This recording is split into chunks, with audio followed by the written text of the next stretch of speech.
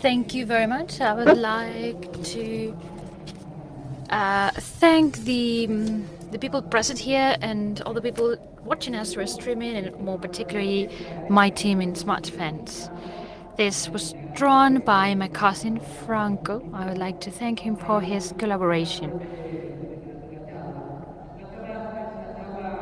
My talk, it's going to be informal.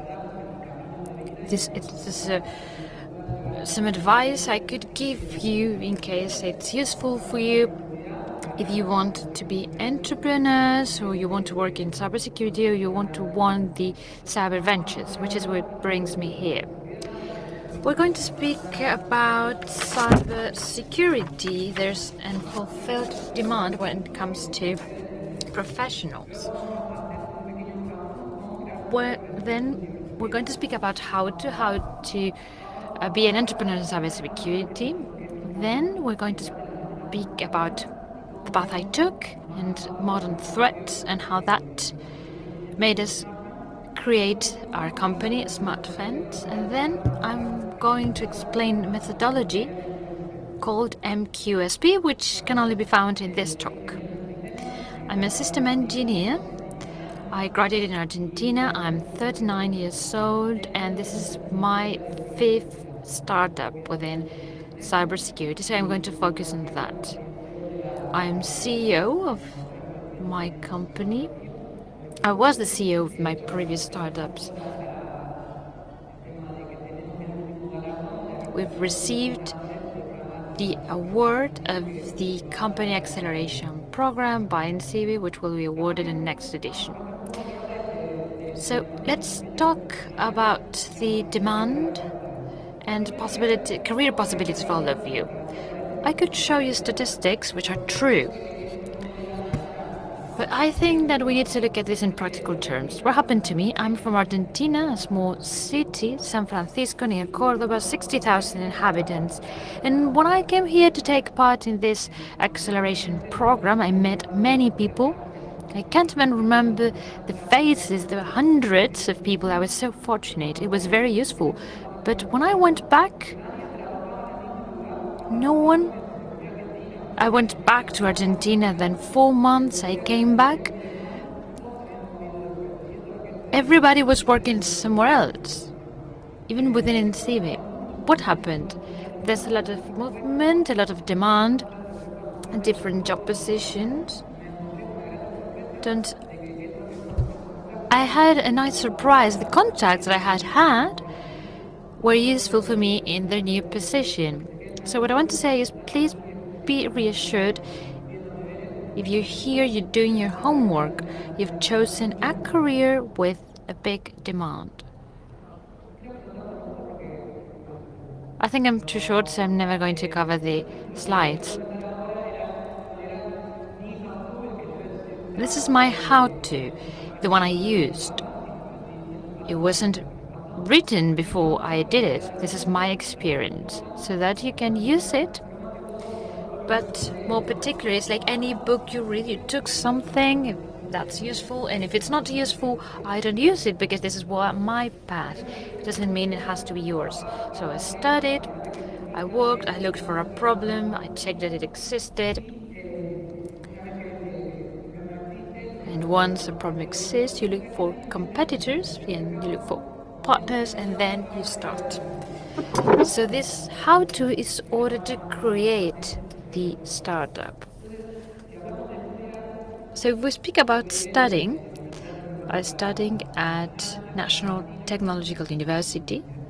It's a specific university for engineering studies.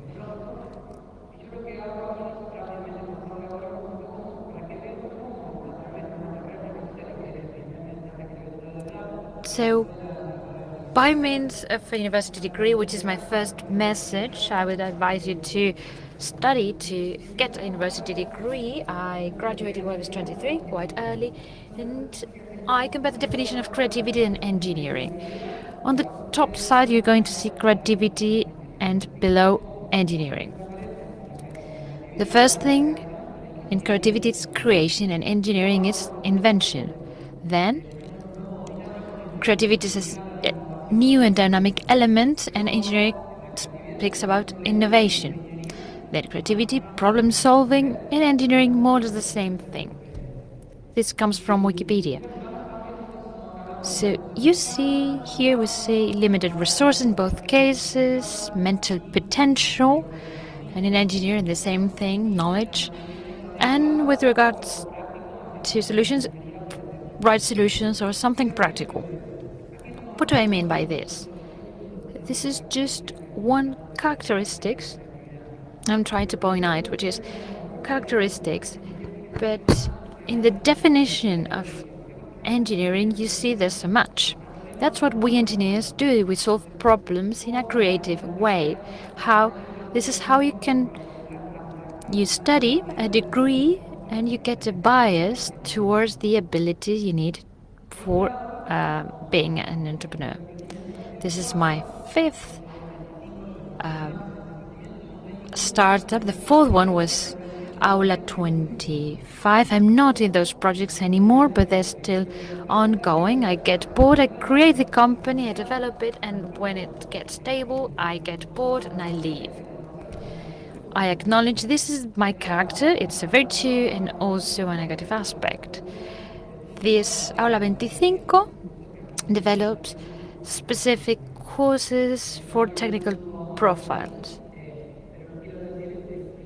What I want to show you with all this is that why we created this, because in Latin America we didn't have the same course offering as in Spain, so I would like to invite you to take a look at this.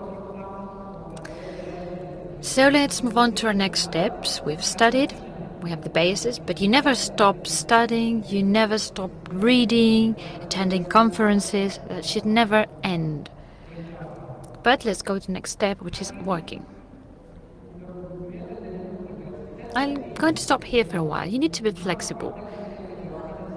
You don't need to work in cybersecurity in a specific position about what you studied. You're so specific about something, and right from the beginning you studied something very particular, because perhaps you may work for something which has nothing to do with cybersecurity, but it's a better environment in order to be an entrepreneur in cybersecurity. If you want to be an entrepreneur, you need to detect many things. You need to be curious. So if you work in something very particular, if a company says that you're very good at something, they're going to require you to be better at that. You're going to have more expertise, but in just one field. So you're not going to have a general view. So it's okay to work in a position which is not necessarily a specialist in cybersecurity, because you need to look for problems. And in order to be able to look for problems, you need to work.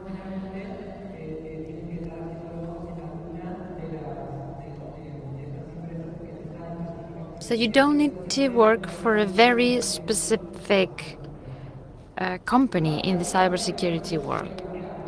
When it comes to looking for a problem, I want to change this, because I wasn't looking for a problem. I was in the right environment in order to identify problems. If I ask you if you consider yourself curious, please raise your hand.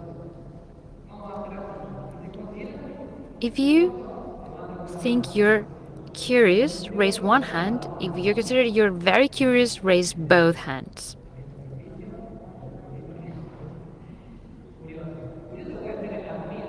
Well, curious could be about food. I came from Argentina with Nicolas. We've tried everything. What was it? The salmorejo version? Here, well, we've forgotten the name. That's what's left for us to try. You're not curious in just one field, you're curious about everything. And in this particular case, when it comes to identifying the problem, as long as you have a contacts from everywhere, it will be more likely that you find problems from different nature. The more places you've worked at, the more possibilities you have to identify problems to be solved. There are problems everywhere. If you say that everything has been discovered, well, that means you're not in the mood to you're not in the mood for looking for problems. Then you need to validate that it exists. That's the big problem engineers face. As an engineer, I would like to ask you, who has studied or is going to study a degree related to IT or engineering? So you graduated. What is the big problem of loving a problem? Sometimes the problem has been invented. It's invented because we have the solution we like. There's something we've developed or we want to develop, and then we invent a problem that's going to be solved with the thing. So we invest a lot of time to solve a problem which we don't know if it exists or no. So we need to validate that problem exists. It might sound silly, but it happens very frequently. I'm going to recommend a tool that was useful for us. This was my 5th startup. So what happened? The first stages, I was blindfolded. I wanted to be an entrepreneur because my parents did it, my grandparents did it. I just changed field. They worked in wood, I work in cybersecurity. The positive thing I had, and I didn't realize it back then, it was I never had money. I started from scratch because every startup I created, I did it with very little money. The first time I did it by myself, the second I had found books on entrepreneurship. Now there are accelerators, incubators, everything. I've just finished an accelerating problem to several years ago. I was in an incubator, but in the past there was nothing, no one helped you. So the complicated thing was knowing whether the thing you were solving was solved in the right way. How could we know? By trying. Christina from Continuum says, we have a methodology called Lean Startup. Have you heard about it, Lean Startup? If you're going to be entrepreneurs, I recommend this as a methodology, just that. Why? It's useful so that we don't do anything that entails spending a lot of money or a lot of time without solving a problem. I did that in the 5th problem. In the previous startups, I was doing that partially. What's the origin of this methodology?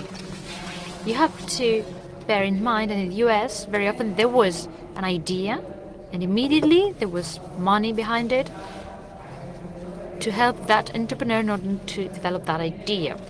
But very often they paid money, they funded a problem that did not exist. So in Lean Startup, we're going to find a methodology which is useful to invest as less as possible until we move forward and up to a certain degree. First of all, you need a hypothesis. You have the hypothesis that a specific problem exists. Then we need the minimum viable product. It was a software. In our case, our MVP was just sheets of paper, and there we explained what we were going to do. And the funny thing is that we were going to find investors with a sheet of paper. And we saw that sometimes you're under a lot of pressure, and that's what you want to avoid with a startup. We wanted to look for investors And we realized that people were interested in us, but they had no money. We had just a sheet of paper, but they had nothing. So very often, you need to take things with calm. The software was like this, you could see it, but there were many parts of it where you touched and nothing happened, or it was a failure. Software quality. What's the point in having a good quality software if it doesn't solve any problem? That's the goal of Lean Startup. Once we validate the problem exists, we need to look for competitors. I'm going to ask you,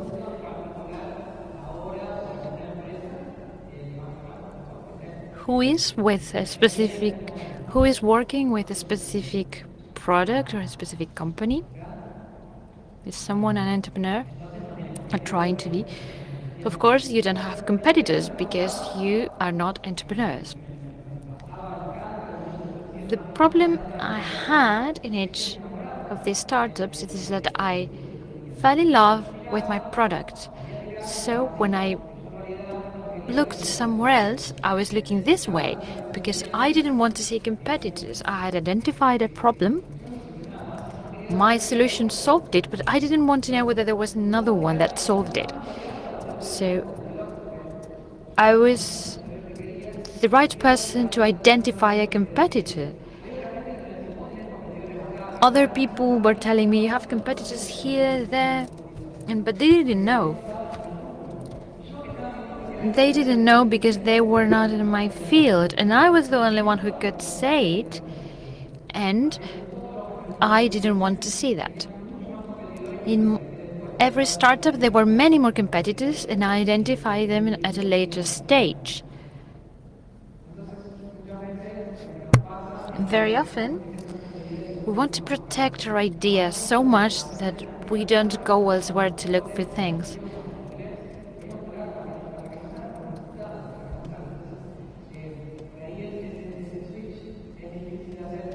You have to change your mindset.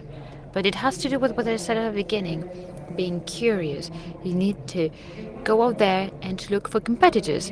Having competitors is a good thing. You may be afraid, but a competitor offers the possibility of copying him or her. And then the certainty that if there's someone that's a competitor, that means our problem exists. So that validates our problem. I'm not the only one that thinks that problem exists. I'm reading 2 books at the same time about blue ocean strategies, which is about looking for something that doesn't exist. I'm not saying you not to do that, but very often looking for something disruptive, it means that sometimes you're looking for a problem which does not even exist. The other big challenge I had was looking for partners, and I would like to give you a recommendation. Please don't think of yourself as a big startup. I changed partners in every startup, and I don't have any bad relationship with any of the previous ones. Some of them were the same ones. What I'm trying to say is that throughout your life, you're going to find different partners that will be useful for different times. So please don't get crazy about finding the right partner for each case. Having said that, which has to do with being an entrepreneur, let's move on to specific characteristics of smartphones. We have 3 ways of achieving the same result. In this case, was the question asked by some people, not necessarily within cybersecurity. I want to hack someone's Facebook account before being discovered. All my cousins asked me about this. They want to do something like this. In most of those sites, they're going to hack one account which is going to be yours. The first thing you're going to ask, to request, is information about your account. But that's level 1. I want to hack, and I hack 127,001. Number two, I reached this level, which is I consider myself a hacker, not a cyber criminal. I consider myself a hacker, but instead what I was doing, just looking for software in order to hack, and I used them without knowing what it did, and I thought I was hacking someone else and I was being hacked.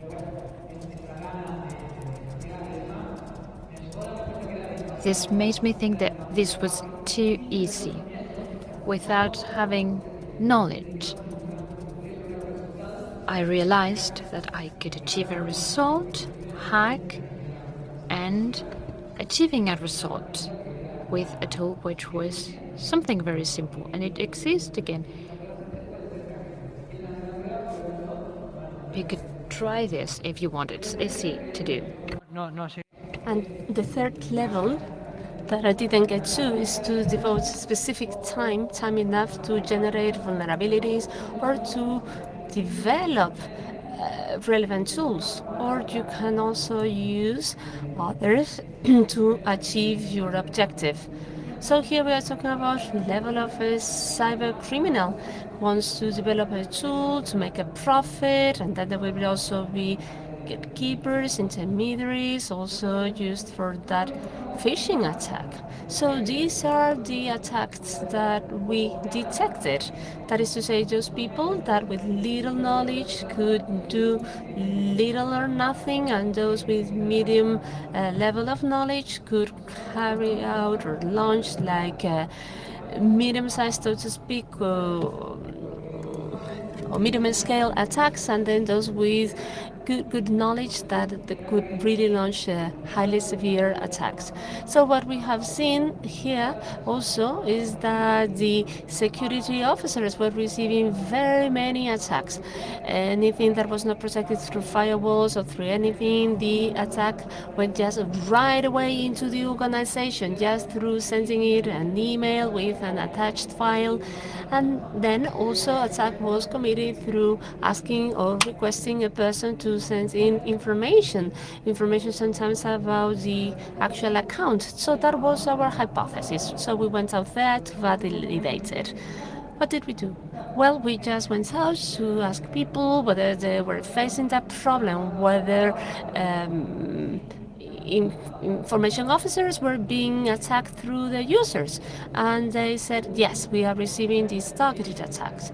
We also wanted to find out whether they were interested in solving that problem, whether they wanted to do something about that, or they just wanted to find a magical solution through technology to prevent users from falling into those traps. So we find a bit of everything. Those wanted to solve problems with technology, others without technology, and others said, well, perhaps it is a good idea to make an investment and to raise awareness. So that was our hypothesis, and its validation. And we took it from there and we started to develop a product. The product in the beginning didn't hold because, well, we wanted to prove and to show that the product was user friendly and that it could eventually resolve the problem. So as I said, that time we hit a very hard wall. So the methodology startup is aimed at learning. And then we asked many people, and all of them said we had a problem and our solution was the best solution for the problem. And I said, wonderful. We developed the platform, and in the beginning, well, we just tried to sell it. But again, we found the same problem.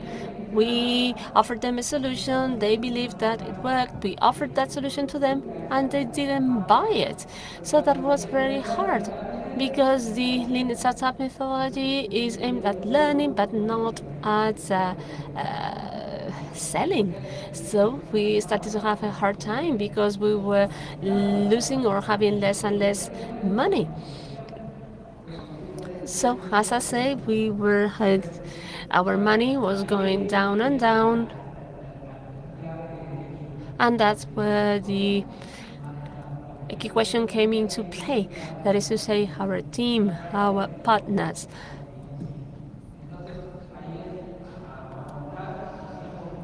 So we just pulled through the difficult times together, and what happened?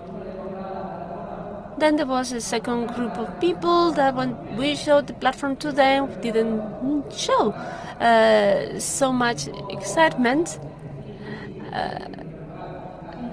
And as I say, this second group of people were more skeptical in the beginning when we presented them with the tool, with the platform, and in the end they bought it from us. So in a startup, it helps you learn, validate the products, and to check that the product actually solves the problem.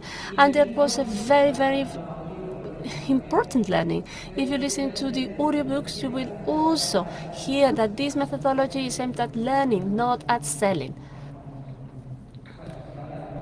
And now we have a platform which works very well all throughout, and thanks to these early adopters, that is to say, those clients that actually believe that our platform solves problem. Perhaps they are not the best clients, perhaps they are not the best buyers, but they were the early adopters. So therefore, that's where the value lies.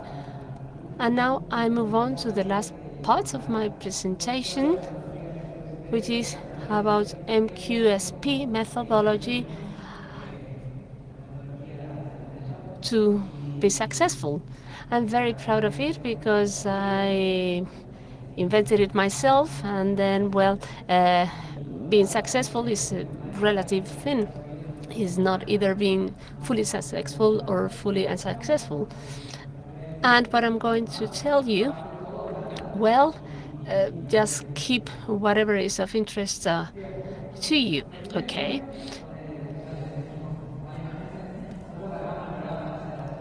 So we won the Business Acceleration Program of INCIBE. So we were not aware of what it actually meant. Had we known that, we traveled all the way from Argentina to here.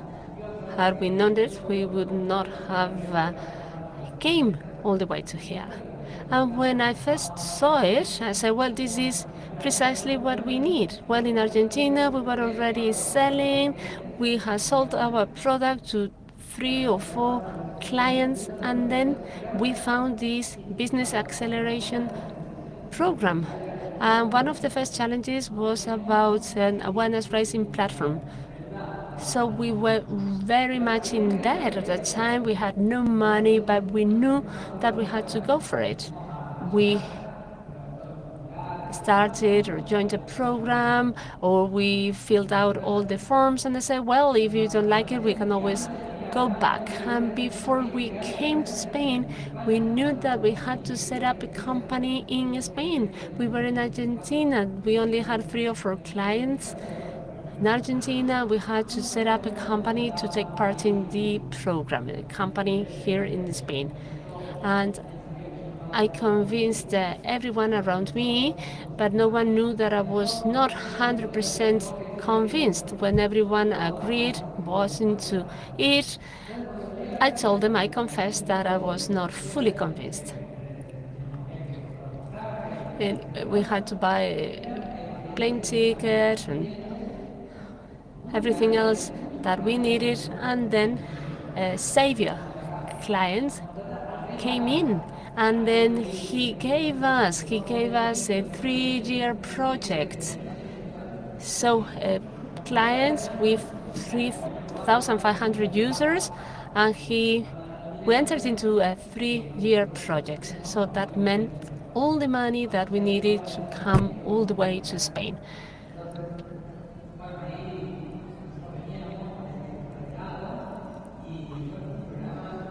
This program, well, when I came here, I thought that I was here to learn, but I didn't know that it was a competition, a really hard competition lasting for 5 months. It was very difficult in many aspects that I will not refer to here, but at the same time, that gave me the opportunity to see snow for the first time. And I was having a very good time. And I used to send out these photographs to my friends and also to relatives, and they were, well, they found it interesting because they say, well, you are working really hard, but you are also having a really good time. And I say, yes, and why not? Why not having the best of both? So with this, I mean that being an entrepreneur should sometimes be taken not that seriously. So all throughout this time, I set up 5 companies. So now we are at this point in time looking for investors. Some big things have happened to us. We will continue to go through big things, but we should not be pessimistic. You should not be negative. So we also had a hard time, but because we were naive enough that this is what made us move forward. And imagine, well, here we have 2 profiles. We have a skeptical person, and the second person is that person who turns it down right away, who said no right away. The first profile, a skeptical person, would look at you and would somehow will not believe anything that you would tell him. And sometimes you also have to understand that the skeptical people are not being skeptical because they have something against you, but perhaps they are because they are just not encouraged to go for your project. So we shouldn't take that as something fully negative, but it is just that many people do not want to be entrepreneurs.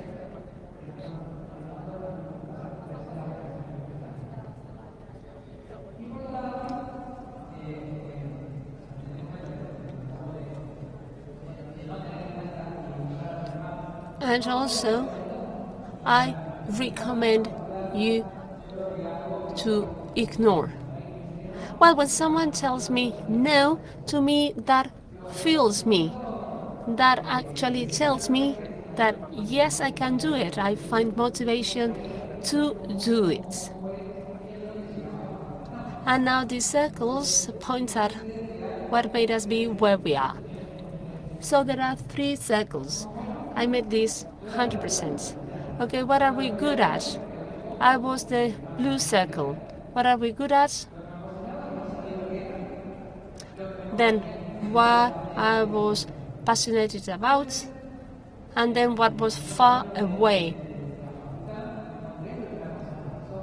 So at university, I found something that I felt passionate for.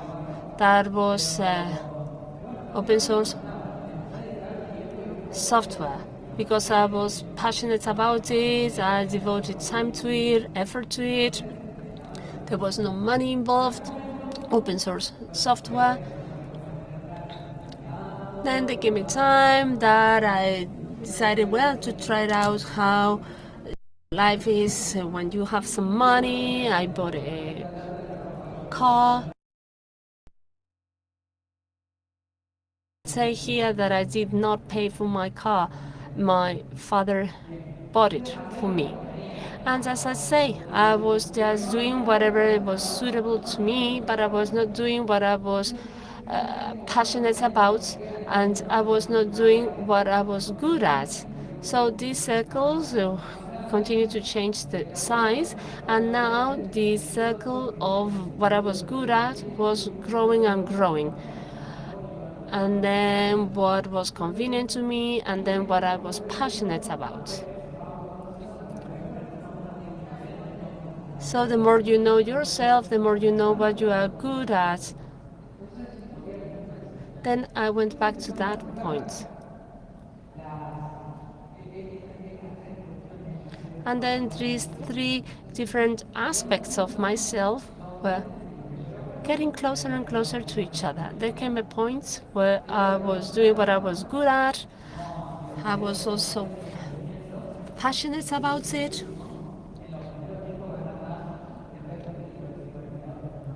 Well, in the beginning, when you set up a company, the other people in the company earn more money than yourself.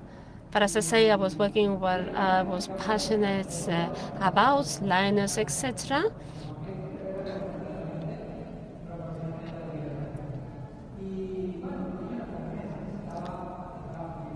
And there was a good mix there. As I moved on in entrepreneurship, you really want to find this full convergence. Well, sometimes I move into one of the circles, sometimes I move out of the circle, then I come back in it.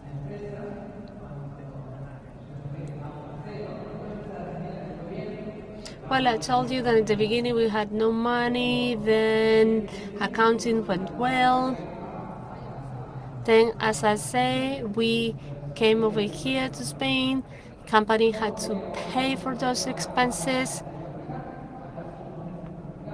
So we spent 5 months here in Spain. We had to pay for those expenses.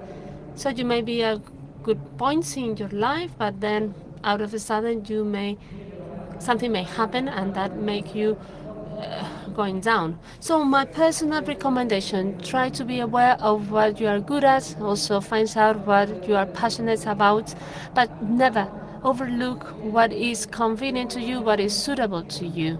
And then the good thing is like having the mix of them three. Well, someone tells me that I come from the future and I'm here to tell you what will happen in the future.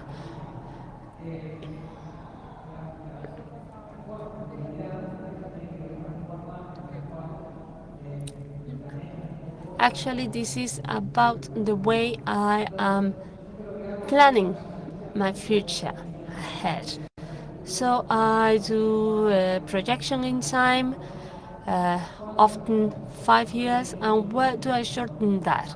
Shorten that where I'm having lots of trouble. When you have lots of trouble, present time, you cannot really project in the long term. So therefore, my projection doesn't go further than 5 years. Or sometimes, as I say, my projections are shorter in time than that. So we have a time projection, and then I have myself, and then the skills to be developed and implemented. I am here, and this is where I want to get at. I'm halfway through with my last companies. For each of companies that I created, I set out myself different objectives. In the beginning, I just wanted to work. Then I just wanted to learn. Then I wanted to become the best in my town. Small town, by the way. Then my objective was achieving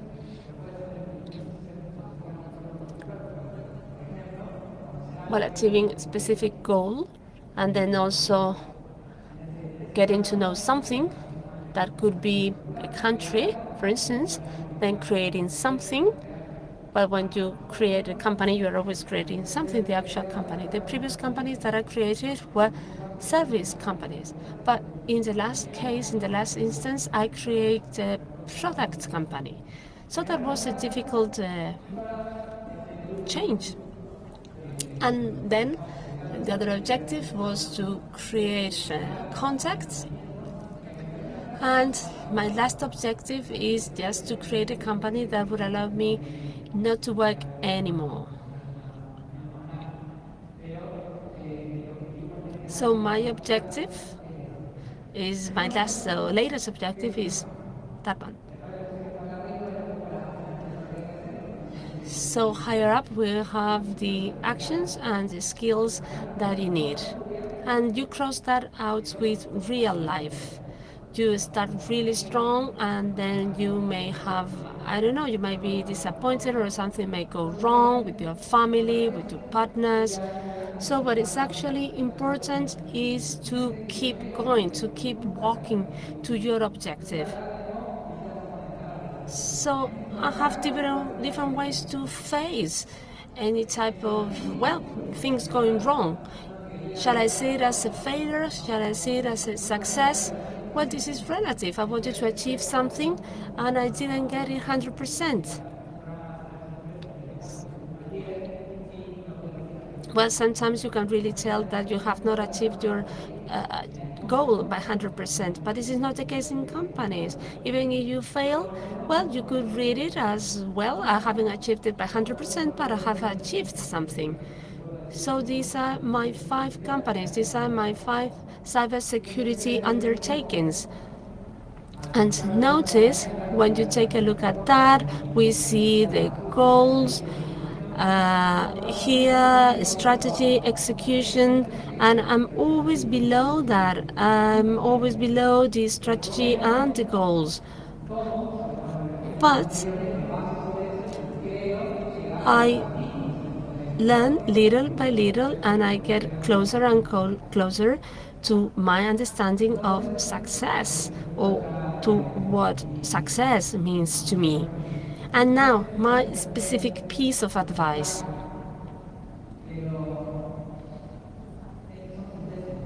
Well, we are talking about scores here. We are talking about minor differences. This is like F1 race or like horse racing. The difference between the first and the second and the third are just minimum. So out of 5, we got 387. The second one was 385.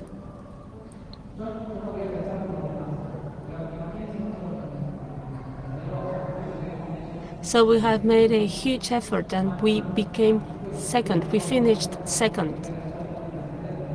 When we came over here, we thought that we were here just to learn, but then we entered into the competition. We worked really, really hard. And our platform is an awareness raising platform. It is not fully, doesn't offer full innovation, so to speak, but what actually helped us to become second was our hard work. I developed all type of things, and allergy, everything. I'm not going to tell you everything that happened to me in that all that hard work that we did. We worked, we gave it all. Second, flexibility and adapting. Well, I come from Latin America, where everything is very casual, very informal, and now I came to Spain and they said, no, you are not. Well, second world, well, we have Spain, Italy, Greece, Portugal, Argentina. Well, different from what happens here in Europe. So I had to adapt to some things here, things that were not expecting.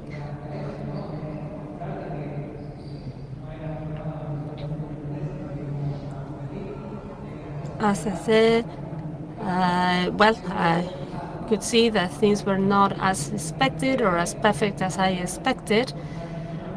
But the fact that I was not in Finland, that I was in Spain, that was not a huge problem because I had a capacity to adapt because we come from Argentina. And then patience and perseverance. I am quite an anxious person. I always feel that things will happen at a given time point, and then they do not happen, they do not happen. And then, well, if I'm surrounded by anxious people, there comes a time that we all lose our patience and we all go mad. When I won the competition for business acceleration, I got like so excited that I burst into crying. I couldn't hold my excitement, holding in and waiting for things to happen. They may happen later than you expect them to happen. And then delaying that instant rewarding that we'll need. So perhaps big things will happen by the time we will stop to look for instant reward. So sometimes achieving a short-term objective, an immediate objective, goes against achieving the long-term objective. So it is like if you, same as a child, you are given, well, you can offer two things to a child to say, well, either you get this marshmallow now or you wait for some time and you will get two marshmallows. So there are research studies carried about that. Okay, so it is good to learn how to wait. And now this emotional roller coaster. So we all have ups and downs. So it's very good to work in a team so that you kind of compensate each other. When someone is up, someone else may be down. So my definition of success is this. It's a mix of hard work and of dreaming big. So, but do not stick to one of the two questions only. So working hard, positive attitude.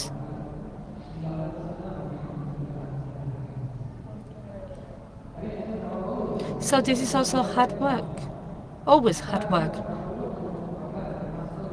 Does that mean success? No, not really. Work hard does not equal success always.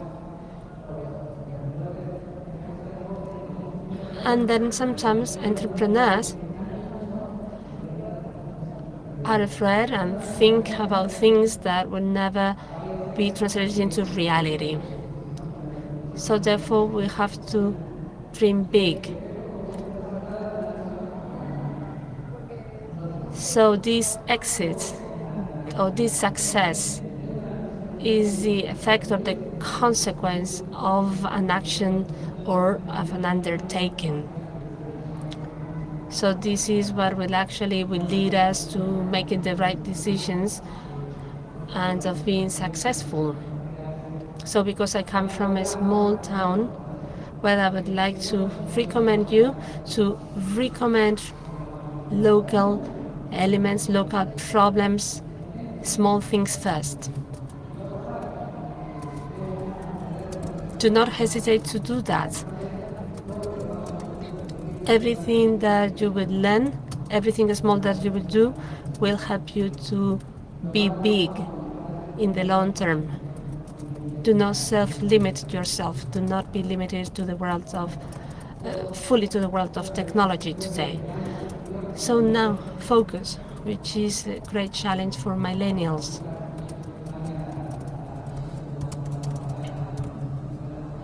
I was about to be late to this presentation because I entertained myself playing arcade.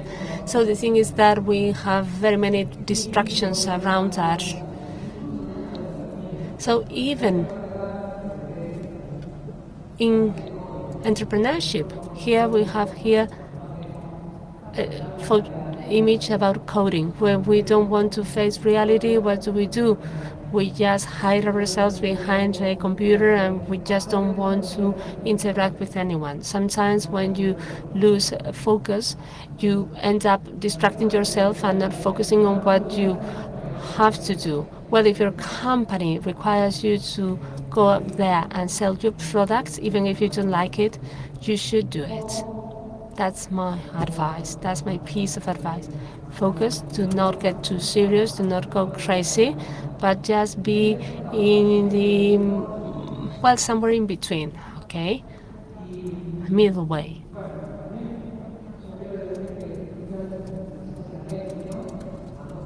Often, success is associated to two things.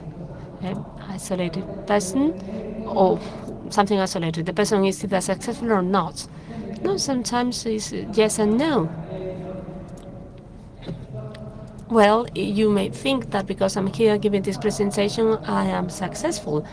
I'm not successful, but I'm not a failure either. Well, and that's the reason why I gave, well, the title to this presentation, because I just want you to come over here. If I say that I'm a failure, you will not come over here. But we should try to break down with that stereotype.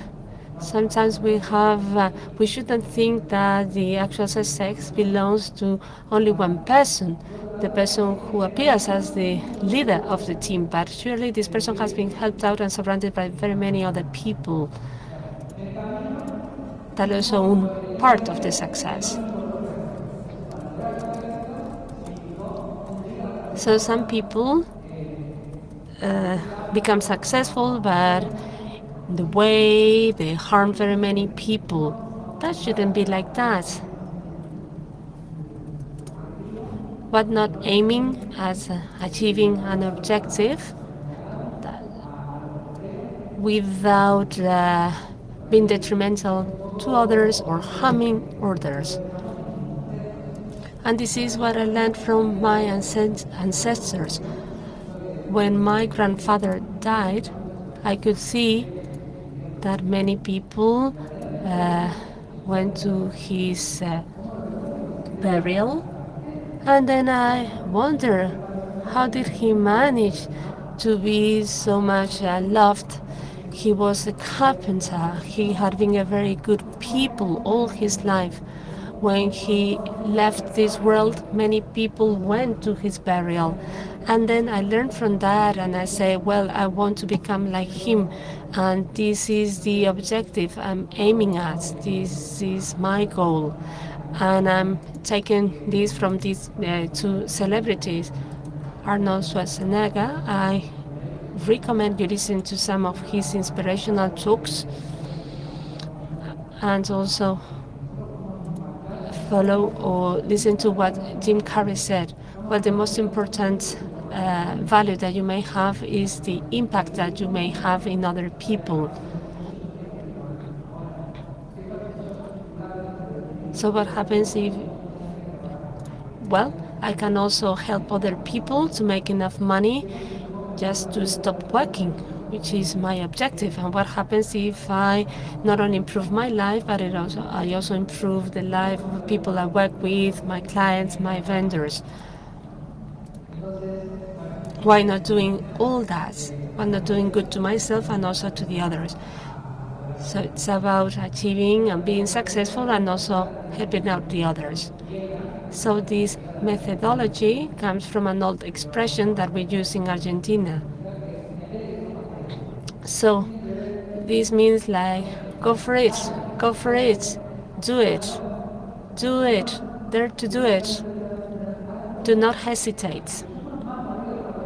So what I like the most from the acceleration program and what we learned from mentors and others were just having the opportunity to meet other entrepreneurs, because other entrepreneurs told me, don't you hesitate to produce a product, even if it is not fully perfect. They gave us recommendations as to how to deal with investors, how to interact with clients. Go for it. So make the best of the time you are in, take fast action, and go for the next Security Venture Business Acceleration Program offered by INSIGA. Thank you very much for your attention.